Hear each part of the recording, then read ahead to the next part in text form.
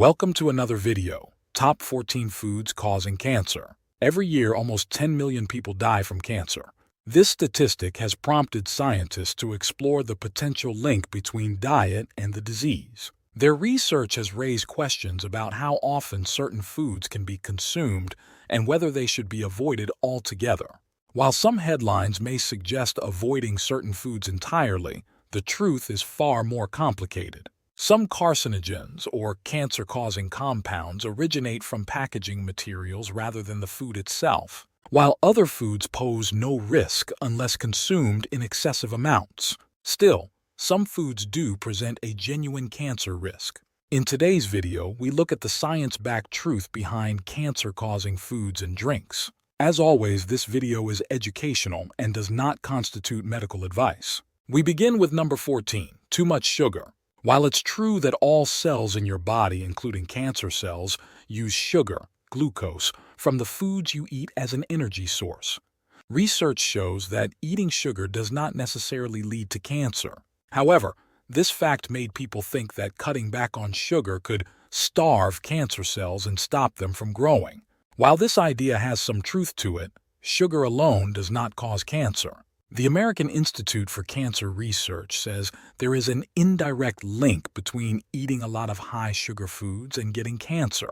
This is because eating too much sugar can lead to weight gain and obesity. And studies show that being overweight, or obese, increases the risk of getting 12 types of cancers, including colon, breast, ovarian, and pancreatic cancer.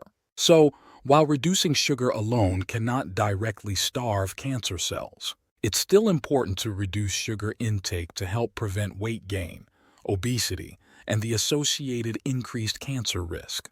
Too much sugar refers to eating a diet high in added sugar and refined carbohydrates, such as white bread, white rice, pasta, pastries, soft drinks, and fruit juices. The next drink is number 13, soda and juice. For many years, health experts have warned about the dangers of sugary drinks like soda. However, a 2019 French study from the Nutrinet Santé group provided shocking evidence linking even moderate soda drinking to higher cancer risk. The study found that drinking just 4 ounces of soda per day, 1/3 of an average soda can, increased the overall risk of cancer by 18%. Surprisingly, the study also showed that 100% fruit juices with no added sugar were significantly linked to higher cancer rates, likely because their high sugar content, greater than 5%, is similar to soda. Although juices contain some vitamins and fiber, the lead researcher, Dr. Mathilde Touvier, said their high sugar levels still increase risks like obesity and type 2 diabetes, which are known to raise cancer risk. While juices perform slightly better than sodas, Touvier recommended drinking less than 1 cup per day to reduce these dangers. And at number 12, we have artificial sweeteners. Over the years, artificial sweetener ingredients have raised health concerns due to animal studies linking them to potential cancer risks. According to the National Cancer Institute, studies showed saccharin may promote bladder cancer in animals. In addition, research from 2005 and 2021 noted aspartame encouraged leukemia and lymphoma in rats. Food safety authorities like the FDA and Food Standards Australia and New Zealand claim that approved artificial sweeteners are safe for consumption based on their reviews. These sugar substitutes continue to see widespread use in products like diet sodas, packaged foods, tabletop sweetener packets, pharmaceuticals, and yogurts to reduce calorie intake while still providing sweetness. In general, it's best not to put foreign chemicals into your body regularly. Healthier substitutes for artificial sweeteners include fresh or frozen fruits, small amounts of honey or maple syrup, and plant-based sweeteners like stevia or monk fruit. Moving on, we have number 11, vegetable oils. Vegetable oils, including corn, sunflower, palm, and soybean, are not the best choices for cooking. Research from 2015 showed that heating these oils releases high levels of aldehydes, chemicals linked to cancer, heart disease, and dementia. Shockingly, frying foods in vegetable oils produced 100 to 200 times more toxic aldehydes than the safe daily limit set by the World Health Organization. Recently, a 2019 study at the University of Massachusetts found that feeding mice food fried in canola oil increased tumor growth, worsened inflammation, and raised the risk of colon cancer in the animals. For healthier cooking, it's better to choose oils like coconut, avocado, and olive oil instead of most vegetable oils. Up next is number 10, processed meats.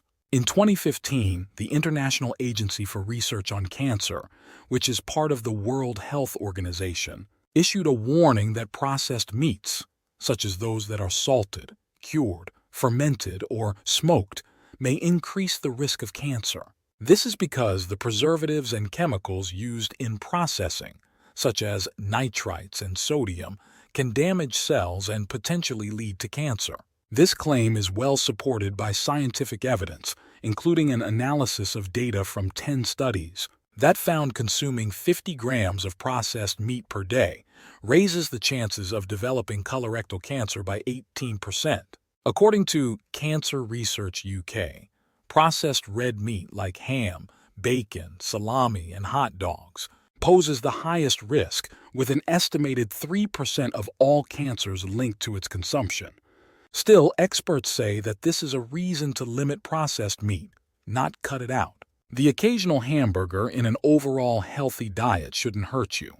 As for unprocessed red meat, the evidence linking their consumption to cancer risk, particularly colorectal cancer, is weaker and less conclusive compared to processed meat. Coming next is number 9, charred meat. Do grilled meats pose a cancer risk? The research says possibly. When meats are cooked at high temperatures, such as when frying or grilling, potentially harmful compounds called heterocyclic amines, HCAs, can form. These compounds have been shown to increase cancer risk in animal studies. While the evidence in humans is not conclusive, some research indicates that consuming large quantities of charred or well-done meats may be associated with a higher risk of certain cancers, particularly breast, prostate, colorectal, and pancreatic cancers, likely due to higher levels of HCAs. Also, when fat drips onto hot coals during grilling, it can produce polycyclic aromatic hydrocarbons, which may alter DNA and have been linked to skin, bladder, and lung cancers according to the American Cancer Society. To reduce the potential cancer risk from charred meat during grilling, you can marinate meats with vinegar or herbs, partially pre-cook meats, flip frequently, remove any charred bits before eating, and use leaner cuts of meat. The next food is number 8, milk. Milk can be good for you, but consuming a lot of dairy products may increase the risk of getting breast, ovarian, and prostate cancers because of the hormones and fat. A large 28-year study called the Physicians' Health Study followed over 21,000 people. It found that those who drank more than 2.5 servings of dairy each day were 34% more likely to get prostate cancer compared to those who drank little dairy. Another large study in Sweden discovered that women who drank 2 or more glasses of milk per day had double the risk of serous ovarian cancer compared to women who rarely drank milk. And the Adventist study found that women who drank higher amounts of cow's milk, full fat and low fat, had 50% increased risk of breast cancer. The next drink is number 7, alcohol. You won't get cancer from enjoying an occasional drink. However, heavy daily drinking can significantly increase your risk of developing 6 different cancers: esophageal, larynx, mouth and throat, colon and rectum, breast and liver cancers. This is because alcohol contains a chemical called acetaldehyde that can damage DNA and prevent it from repairing properly, allowing cancer cells to grow. While the American Cancer Society recommends limiting alcohol intake to 2 drinks per day for men and 1 for women, even light drinking with just 1 serving per day may slightly raise the cancer risk, according to a 2019 study published in the journal Cancer. Moving on, we have number 6, microwave popcorn. While nothing inside popcorn poses a cancer risk, the lining inside the microwavable bag does. Research in 2013 found that these bags contain perfluoroalkyl substances, or PFAS, which resist grease and prevent leaking. These chemicals are linked to increased risk of testicular and kidney cancer in animal studies. In human studies, PFAS exposure has been associated with higher risks of testicular, kidney, breast, and ovarian cancers. But will eating the popcorn increase PFAS? According to a 2019 study in Environmental Health Perspectives, participants who ate this popcorn had PFAS in their blood, where they remained for many years. That's why PFAS are commonly called forever chemicals. They are found in all sorts of everyday items like Teflon cookware, pizza boxes, and food wrappers. Most Americans already have detectable levels of PFAS in their blood. To reduce cancer risk when making homemade popcorn, air pop the kernels without any oil or butter. And at number 5, we have some peanuts. Like popcorn, peanuts' carcinogens come from the packaging, not the food itself. According to the National Cancer Institute, some peanut molds support the growth of aflatoxins, toxic compounds produced by certain molds that can grow on improperly stored crops such as peanuts, corn, and grains. Aflatoxins are associated with a heightened risk of liver cancer, but what happens when you consume peanuts without aflatoxin? Studies show that greater peanut intake is generally linked to lower risks of heart disease and cancer, including breast, colon, and lung cancer risk. Next is number 4, farm-raised salmon. Salmon is a healthy omega-3 rich food. However, farmed salmon contains higher levels of pollutants like PCBs, dioxins, and pesticides compared to wild salmon. These pollutants accumulate from the contaminated fish meal and oil used in farmed salmon feed. Regular consumption of farmed salmon may increase the risk of prostate and breast cancer, while wild salmon generally has lower pollutant levels and is considered safer for frequent eating. Coming into number 3, we have dirty fruits. Many people worry about pesticides on fruits and vegetables from the grocery store, even though levels are usually within safety limits. Thus far, no studies have proven a direct link between pesticides on foods like apples and grapes and increased cancer risk. According to the Canadian Cancer Society, although research shows pesticide exposure is linked to several types of cancer, the evidence is mainly from farmers and workers with very high exposure. Organic foods are not pesticide-free. They can also have some pesticide residues, as organic farming allows the use of natural pesticides.